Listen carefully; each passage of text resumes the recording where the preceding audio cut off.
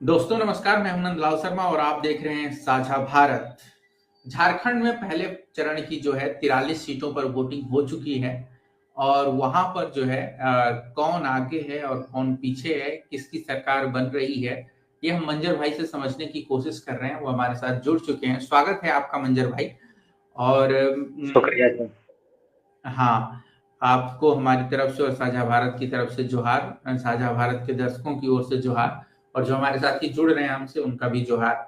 तो जो है आज जो है हम दर्शकों के साथ जो है ये चर्चा करेंगे कि वो जो 7 सीटें हैं जो हमने तय की हैं, जो 43 सीटों का जो चंक है पहले चरण का, उसमें से तोरपा, मनोहरपुर, मनिका, सिमरिया, चतरा, सिमडेगा और कोलेबिरा हम्म, में किसका समीकरण आगे है, कौन जीत रहा है और कहाँ ट्रायंगल है, कहाँ मुकाबला त्रिकोणीय है, ये भी हम जांचने की कोशिश करेंगे। आरजेडी और राम चिराग पासवान की जो पार्टी है, लोजपा रामविलास, उसके उम्मीदवार भी जो हैं चतरा में।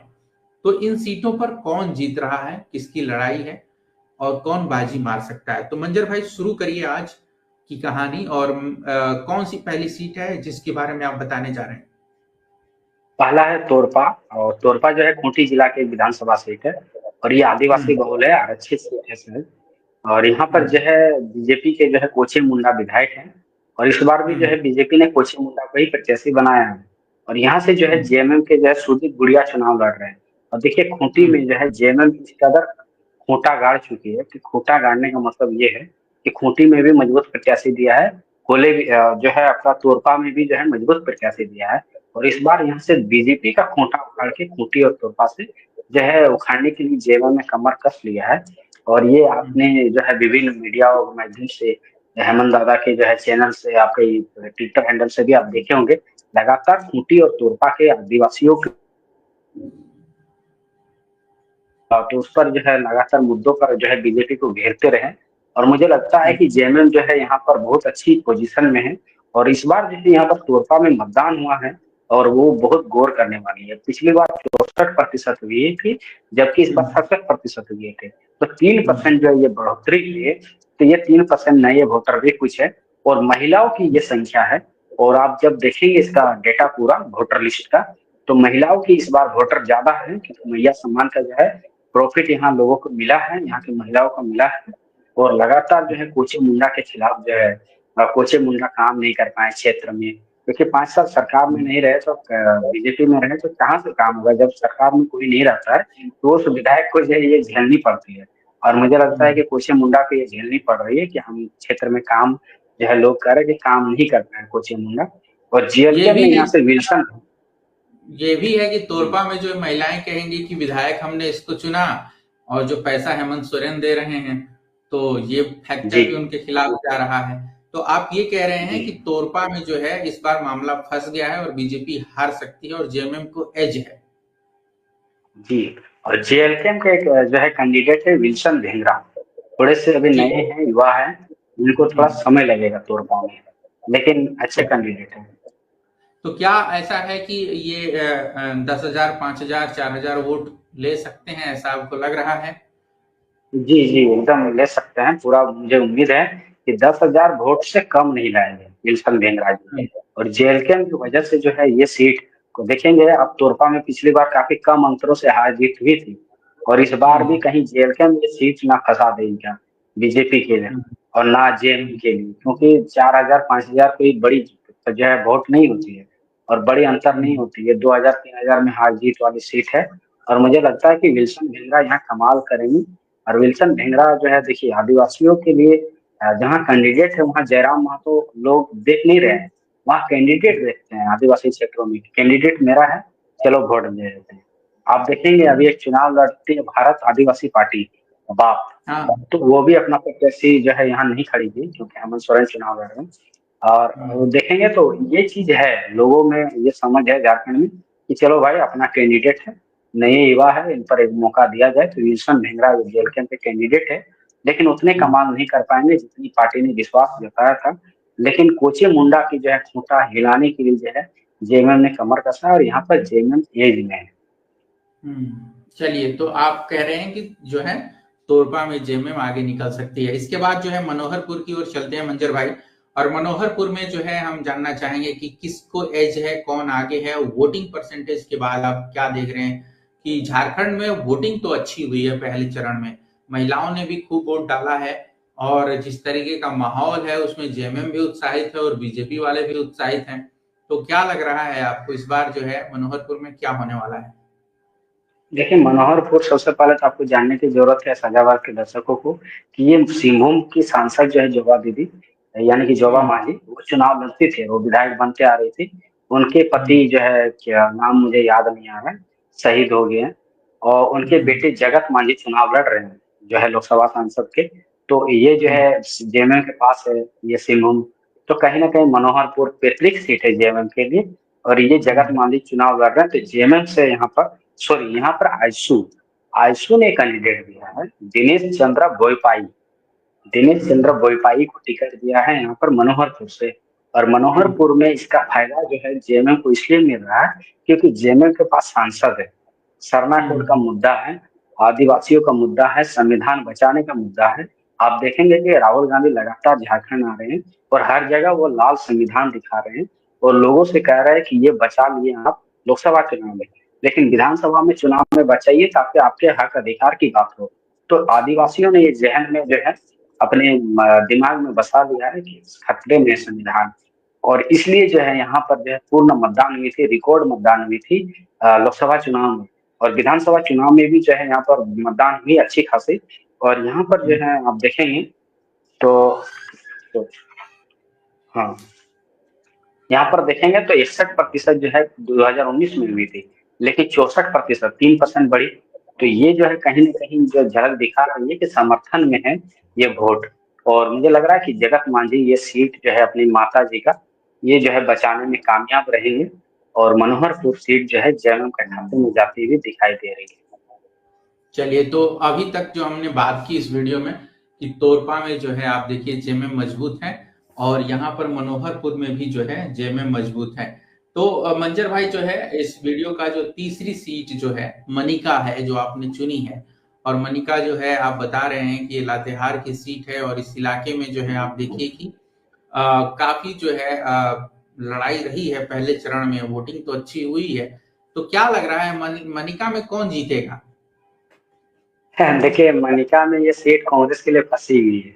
और सीट इसलिए अच्छा। फंसी है कि रामचंद्र सिंह उत्कृष्ट हम्म। विधायक रह चुके हैं। लेकिन हम्म। रामचंद्र सिंह का जो है वहां पर लोग उब चुके हैं। रामचंद्र सिंह से मुझे ऐसा लगा, वहां के लोगों को बातचीत किया तो हम्म। रामचंद्र सिंह से लोग उब चुके हैं अब एक बार। तो यहाँ बीजेपी ने जो है प्रत्याशी बनाया है हरे कृष्णा सिंह को। और ये सीट हम्म। मुझे लग रहा है कि इस बार जो है बीजेपी के खाते में कहीं चले ना जाए, क्योंकि जो है कांग्रेस बहुत कमजोर झारखंड में है। और झारखंड में हम्म। कमजोर नजर आ रही है क्योंकि इनके जो है समय कम है, स्टार प्रचारकों की कमी है, और हेमंत हम्म। सोरेन और कल्पना सोरेन के भरोसे चुनाव लड़ रही है।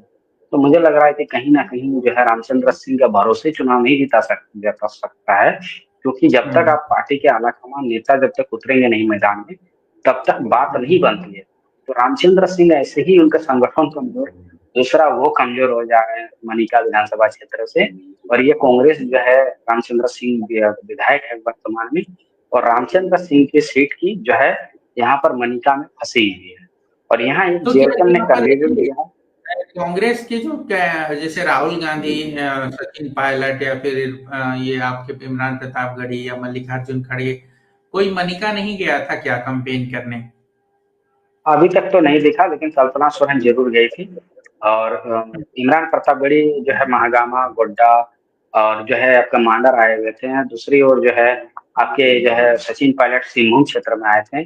जो है आपके हेमंत सोरेन जी आपके लोहरदगा गुमला तरफ आए थे। उसके बाद जो है बोकारो आए हुए थे।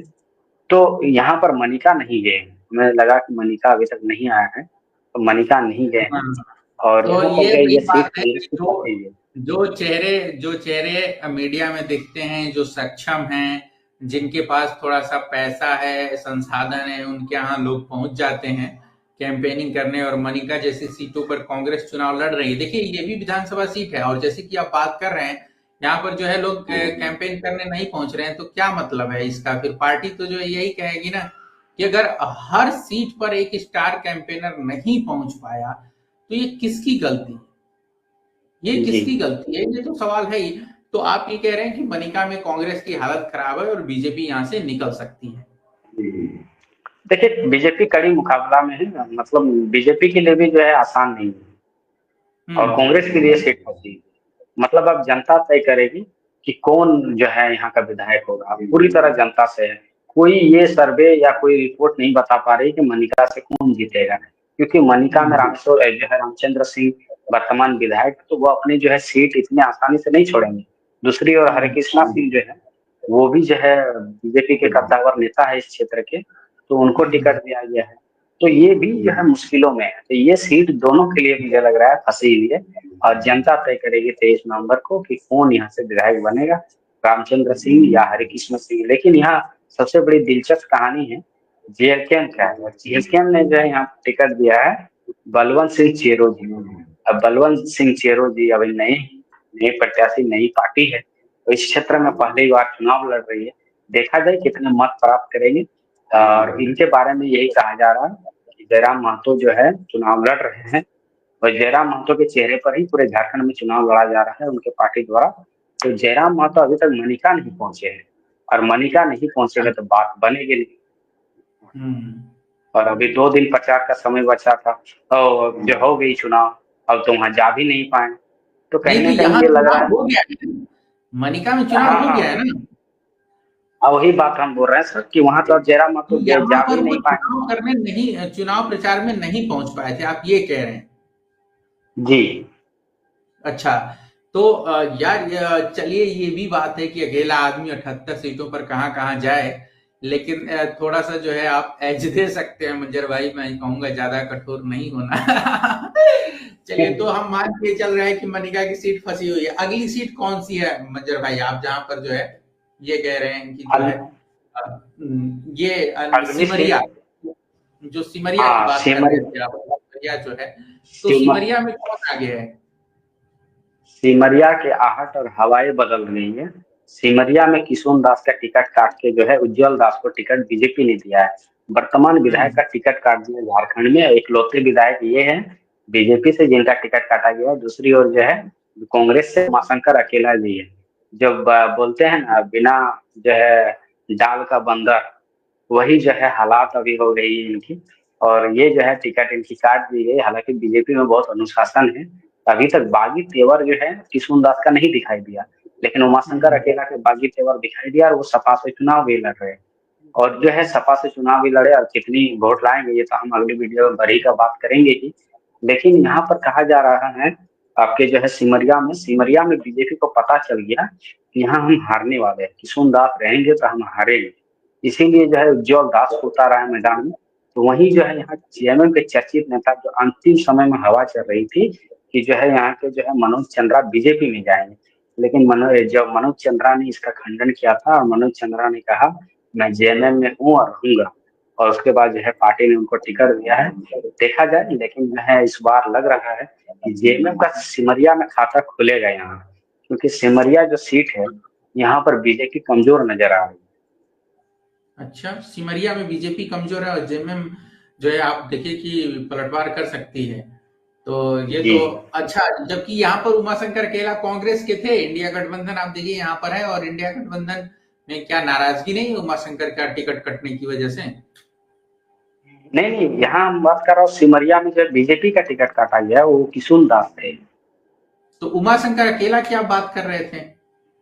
वो बरीक है, मतलब कांग्रेस पार्टी ने उस सिटिंग विधायक का टिकट काटा और बीजेपी ने सिटिंग विधायक किशोर दास का टिकट काट दिया। ओके ओके ओके, सिटिंग विधायक का टिकट काट दिया। तो आप ये कह रहे हैं कि सिमरिया में जो है जेएमएम जो है मजबूत है और उसका मामला आगे बढ़ सकता है। यहाँ पर जो है बीजेपी के लिए आसान नहीं है सीट को एक तरीके से रिटेन करना। चलिए, तो अब सिमरिया की बात हो गई, अब हम आगे बढ़ते हैं चतरा। चतरा में कौन लड़ रहा है? चिराग पासवान और आरजेडी का मुकाबला है क्या मंजर भाई? जी, और बहुत मजबूत चेहरों के बीच लड़ाई है। एक है जगन्नाथन पासवान जो कद्दावर नेता है लोजपा के, और जो है आरजेडी के सत्यानंद भोक्ता। ये इंटरेस्टिंग कहानी इसलिए है कि सत्यानंद भोक्ता चुनाव नहीं लड़ पा रहे हैं, इनकी तकदीर जो है अर्जुन मुंडा ने लिख दिया। लोग कहते हैं भगवान लिखते हैं, लेकिन हमें लगता है अर्जुन मुंडा ने लिख दिया है। अर्जुन मुंडा ने इसलिए लिखा है, ये कहा इसलिए कह रहा हूं मैं, क्योंकि जो है ये पहले एससी समुदाय के पार्ट हुआ करते थे भोक्ता, हम्म। लेकिन ये जनजाति आदिवासी बन गए अब। तो आदिवासी ये आरक्षित सीट नहीं है, ये एससी आरक्षित सीट है। इसलिए एससी हम्म। चुनाव लड़ेगी। और आनंद आनंद में जो है बेटे की शादी हुई और बहू को रश्मि प्रकाश को टिकट दिया गया। और रश्मि प्रकाश जो है सिविल सर्विस की तैयारी करती थी, मैदान में आई है, जनता से पहले किताबों में जुड़ाव था, अब डायरेक्ट जुड़ाव हो रहा है। और तेजस्वी यादव लगातार कैंपेन भी किए। तो मुझे लग रहा है कि इस बार लड़ाई कांटे की चतरा में है। चतरा में जगन्नाथ पासवान लोजपा के आपको रामविलास याद है से कि चुनाव लड़ा। आपको याद है मंजर भाई कि ये लोकसभा चुनाव के दौरान जो है एक मेहता साहब थे बिहार में, जिनकी जो है मतलब वो मेहता ही थे, अशोक मेहता, जो चुनाव लड़े थे यहाँ से जो है आरजेडी के टिकट पर। और उन्होंने जो है जल्दी जल्दी में जो है एक इंजीनियर पत्नी से शादी की थी, बहुत मतलब उनकी उम्र हो गई थी। तो यहाँ भी जो है अशोक वही, महतो। हाँ अशोक महतो, सॉरी अशोक महतो, ठीक ठीक ठीक ठीक। तो उनकी तरह ही जो है आरजेडी के उम्मीदवार ने यहाँ पर जो है जुगाड़ लगाया और बहू को ले आए। तो क्या लगता है भोक्ता साहब इस बार सीट बचा पाएंगे, बहू की इज्जत बचा पाएंगे? और देखिए जो है पहली बात तो कि इनकी शादी 1 साल हो चुकी है।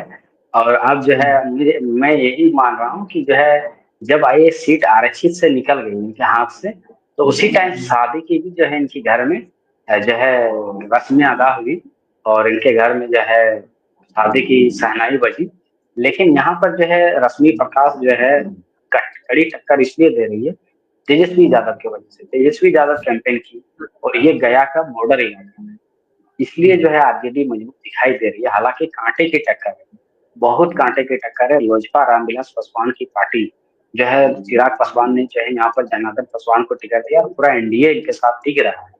और एंटी इंकम्बेंसी सत्यानंद भोक्ता के खिलाफ इसलिए है क्योंकि इनका नाम बड़ा चर्चित रहता है क्षेत्र में। काम जो है लोग कह रहे हैं कि करते कम है, मीडिया में हवाबाजी ज्यादा करते हैं। और हवाबाजी यह है कि अखबार में डेली नया नया। अगर चुनाव के बाद अगर किसी विधायक का नाम अखबारों में आपको दिखता है तो सत्यानंद भोक्ता का दिखता है। ठीक है, हम जी जी। लोग जब लोकसभा चुनाव के लिए भी जब जा रहे थे, घूम रहे थे, तब भी देखिए कि उनके बयान आते रहते थे और मुद्दों पर कमेंट करते रहते थे। तो थोड़ा सा मीडिया सेवी हैं, मीडिया में रहना जानते जी हैं। तो आप ये कह रहे हैं कि यहाँ पर मामला फंसा हुआ है क्या? जी, आरजेडी का सीट यहाँ फंसा हुआ है। आरजेडी का सीट फंसा हुआ है। चलिए, तो हम लोग चतरा के बाद अब सिमडेगा चल लेते हैं मंजर भाई। और हाँ बोलिए सर आप फंसा। हाँ। इसमें ऐड करना चाहते हैं कि कालीचरण सिंह जिस प्रचंड बहुमत के साथ, प्रचंड जो है वोटिंग के साथ, प्रचंड जो है क्या बोलते हैं मतदान जो उनको मिला, उसका भी इसका फायदा मिल रहा है लोजपा को। और यहाँ कालीचरण सिंह जो है सांसद बने पहली बार, और वो भी झारखंडी। सुनील सिंह का टिकट काट दिया गया, आप देखे थे, तो उसका भी ये जो है इनका सहयोग मिल रहा है। और एनडीए में इस बार सबसे बड़ी बात यह है कि लोग एक एक सीट पर ध्यान दिए। एक एक सीट चाहे किसी का हो, गठबंधन साथी का हो, वहां भी वो लोग जा रहे हैं और चुनाव को जीतने में इस महत्वपूर्ण बात को भूमिका अदा कर रहे हैं। इस बात को ऐसे समझिए मंजर भाई कि जितने बड़े नाम थे झारखंड के, हेमंत सोरेन और कल्पना सोरेन को अगर छोड़ दिया जाए, तो बीजेपी ने सारे बड़े नामों को अपने साथ मिला लिया है। जी और उसने एक तय किया है कि इस बार चुनाव किसी न किसी तरीके से जीत ही जाना है। देखिए, अभी मैं चुनाव जी। आयोग और जो बाकी संस्थाएं हैं उनको मैं जो है अभी तो गेम में मान ही नहीं रहा हूं। उनका गेम तो 20 तारीख के बाद शुरू होगा। हरियाणा में हमने देखा है, लोकसभा चुनाव में देखा है, तमाम शिकायतों के बावजूद देखा है। तो देखिए, ये झारखंड जो है बहुत महत्वपूर्ण है बीजेपी के लिए। आप समझ लीजिए, मित्रों ने बहुत 5 साल वेट किया है 2019 के बाद से, कोयला, अभ्रक, बॉक्साइट और तमाम जंगलों के लिए। तो आसान नहीं है बीजेपी के लिए। अब इस वीडियो का जो है हम जो है अंत की तरफ बढ़ रहे हैं। 2 सीटें बची हैं मंजर भाई, लेकिन हम अपने दर्शकों से गुजारिश करेंगे कि कृपया वीडियो को शेयर करें, सब्सक्राइब करें, लाइक करें, कमेंट करें, और जो अपने दोस्तों को कुछ बताएं और हमारे हाथ को थोड़ा मजबूत करें। आप चैनल की मदद भी कर सकते हैं, थोड़ा 10, 5, 20 रुपए जो भी आपके पास हो, जितना कर सकते हैं ज्यादा से ज्यादा करिए। तो मंजर भाई, अगली 2 सीटें जो हैं सिमडेगा और कोलेविरा, इन 2 सीटों पर किसको बढ़त देख रहे हैं आप? ये दोनों सीट जो है कांग्रेस निकाल रही है। ये ऐसी क्या सीट बात। है जहाँ जी, ये दो सीट ऐसी है जो क्रिश्चियन वोट यहाँ जो है मेजोरिटी में है, और क्रिश्चियन हाँ नाराज है बीजेपी से, क्योंकि जिस तरह हाँ। चर्च पर बीजेपी हमला कर रही है, इससे नाराज है बीजेपी जो है आपके क्रिश्चियन समुदाय। ऊपर से आदिवासी हम्म। समुदाय है भी वहाँ पर, तो आदिवासी और क्रिश्चियन साथ मिलके हैं वहाँ। बाकी जो है निर्णायक अगर कहेंगे तो दोनों ही है। तो यहाँ पर जो है बीजेपी ने अपना प्रत्याशी बनाया है श्रद्धानंद बेसरा जी को। और श्रद्धानंद मिश्रा जो है वर्तमान जो विधायक भूषण बाड़ा कांग्रेस के, वो चुनाव उनसे के खिलाफ लड़ रहे हैं। लेकिन भूषण बाड़ा यहाँ पर जो है आगे है इसलिए क्योंकि कांग्रेस के लिए है, जेएमएम के लिए आगे है, क्योंकि ये जो है दोनों ही जो है संविधान के लिए अल्पसंख्यकों के लिए लड़ाई लड़ रही है, उनके हितों के रक्षा के लिए लड़ाई लड़ रही है। तो मुझे लग रहा है कि यहाँ के लोग अपने धर्म और अपना सम्मान और सरना कोड की मांग की बचाने के लिए जो है एक बार कांग्रेस को ही जो है हमें लग रहा है कि समर्थन देते हुए दिखाई दे रहे हैं आपके जो है सिमडेगा से। और सिमडेगा कहीं कांग्रेस जीते या ना जीते, सिमडेगा जरूर जीत रही आप देखिए कि अमित शाह जो यहाँ पहुंचे थे और उन्होंने कैंपेनिंग की थी, और आप ये भी देखिए कि इस बार के चुनाव में जो हम लोगों ने देखा कि पहले होता था कि आरएसएस और बीजेपी वाले मुसलमान को तो दुश्मन मानते ही थे, वो क्रिश्चियन को भी दुश्मन मानते थे। लेकिन इस है। बार जी उन लोगों ने क्या किया कि इस बार उन्होंने ये किया कि क्रिश्चियन जो आदिवासी हैं उनको जो है तमाम आदिवासियों के साथ मिला लिया, और उनको मुसलमानों के खिलाफ खड़ा करने की एक तरीके से कोशिश हुई, ऐसा कि आदिवासी आदिवासी है वो क्रिश्चियन हो, भले चाहे सरना वाला हो, लेकिन उसको भिड़ाना है बांग्लादेशी घुसपैठिया से, रोहिंग्या से भिड़ाना है। तो आपको क्या लगता है कि ये सिमडेगा तो कांग्रेस निकाल रही है, लेकिन जो कोलेबिरा सीट है उसकी बात हम बताएं आपकी, कोलेबिरा में क्या माहौल है? कोले बिरामी जो है नमन विसल कोंगाड़ी जी है, विधायक है। इनका केस हम्म कांड में नाम भी आया हुआ था, थोड़े बदनाम है क्योंकि केस हम्म कांड में इरफान अंसारी को साथ कोलकाता में पकड़ाए थे। शायद अखबारों आप देखे होंगे नमन विसल कोंगाड़ी का नाम जो है केस कांड में एक बार बड़ा चर्चा हुआ था। हालांकि जो है आरोप नहीं पाया गया, सत्य नहीं पाया गया। तो नमन विसल कोंगाड़ी जो है कद्दावर नेता है कांग्रेस के, और उनका क्षेत्र में बहुत मजबूत पैठ है। यहाँ पर जो है बीजेपी ने सुजान जोजो को जो है प्रत्याशी बनाया है। सुजान जोजो हम्म जो है बीजेपी भी चाह रही है ये सीट हम जीत जाएं, ताकि जो है यहाँ पर जो है हमारी राजनीति आसान हो। लेकिन यहाँ पर क्रिश्चियन आदिवासी जो है निर्णायक है, तो मुझे लगता है कि ये दोनों ही सीट जो है ये लोग निकाल रहे हैं कांग्रेस पार्टी आपका जो है सिमडेगा और कोलेबिरा। कोलेबिरा में जो है झारखंड पार्टी के जो है कद्दावर नेता एनो सेक्का यहाँ मतलब नमन विसल को उंगाड़ी का रास्ता रोक सकते हैं। बीजेपी के लिए आसान नहीं है, लेकिन झारखंड पार्टी के लिए आसान है। और झारखंड पार्टी से एनो सेक्का, जो आप सुने होंगे नाम, और वो शायद हम्म। सजा काटे हैं। एनो सेक्का की संपत्ति को जो है ईडी ने अपने कब्जे में ले लिया, और उन्हीं के आवास में अभी ईडी चल रहा है, ईडी का ऑफिस हम्म। चल रहा है। तो एनो सेक्का बताइए। के बेटा जो है विभव संदेश सेक्का, विभव हाँ। संदेश एक्का चुनाव लड़ रहे हैं। अब विभव संदेश अच्छा। एक्का जो एनो सेक्का यहाँ से विधायक हुआ करते थे इसी सीट से, तो उनके पुत्र विभव संदेश एक्का चुनाव लड़ रहे हैं। तो लड़ाई यहाँ जो है कोलेबिरा में नमन विशाल कोंगाड़ी का झारखंड पार्टी से है, ना कि बीजेपी से। तो यहाँ जो है लड़ाई जो है झारखंड पार्टी है, और झारखंड पार्टी एनो सेक्का चुनाव यहाँ जीत चुके हैं। उनकी बेटी भी चुनाव लड़ चुकी है, इस बार उनके बेटा चुनाव लड़ रहे हैं, विभव संदेश एक्का जी। लेकिन यहाँ पर देखना होगा कि जो है कांग्रेस जीत रही है या विभव संदेश का। लेकिन यहाँ ये कांग्रेस ये सीट थोड़ा सा जो है मुझे लगता है यहाँ कांटे की लड़ाई है। थोड़ा यहाँ उनको मुश्किलों का सामना आप करना जो कह पड़ेगा रहे हैं कि कांग्रेस को। कांग्रेस को थोड़ा सा एज है, थोड़ा सा वो ऊपर है, लेकिन अंतर बहुत ज्यादा नहीं है, और ये सीट जो है जी एक जी तरीके से कांटे की टक्कर वाली है। कांग्रेस के पक्ष में इक्वेशन है, समीकरण है, जातीय समीकरण है, और कुछ भी हो सकता है, लेकिन ये नहीं कहा जा सकता कि कांग्रेस 100% जीत जाएगी। जी जी तो मंजर भाई, जो इस वीडियो में हमने बात की, जो पहले फेज की झारखंड की 43 सीटें हैं, उनमें तोरपा, मनोहरपुर, मनिका, सिमरिया, चतरा, सिमडेगा, कोलेबिरा, और अगर आप ये देखिए कि कहां कहां कौन जीत रहा है, तो मैं अपने दर्शकों के लिए बता दूं। और उससे पहले एक रिक्वेस्ट है कि वीडियो को ज्यादा से ज्यादा शेयर करिए, सब्सक्राइब करिए, चैनल को थोड़ा मजबूत करिए। तोरपा में जेएमएम आगे है, मंजर भाई का जो सर्वे है और हमारा जो ग्राउंड नेटवर्क है उसके मुताबिक मनोहरपुर में जेएमएम, मनिका में मामला फंसा हुआ है और सिमरिया में जेएमएम आगे है इस समय।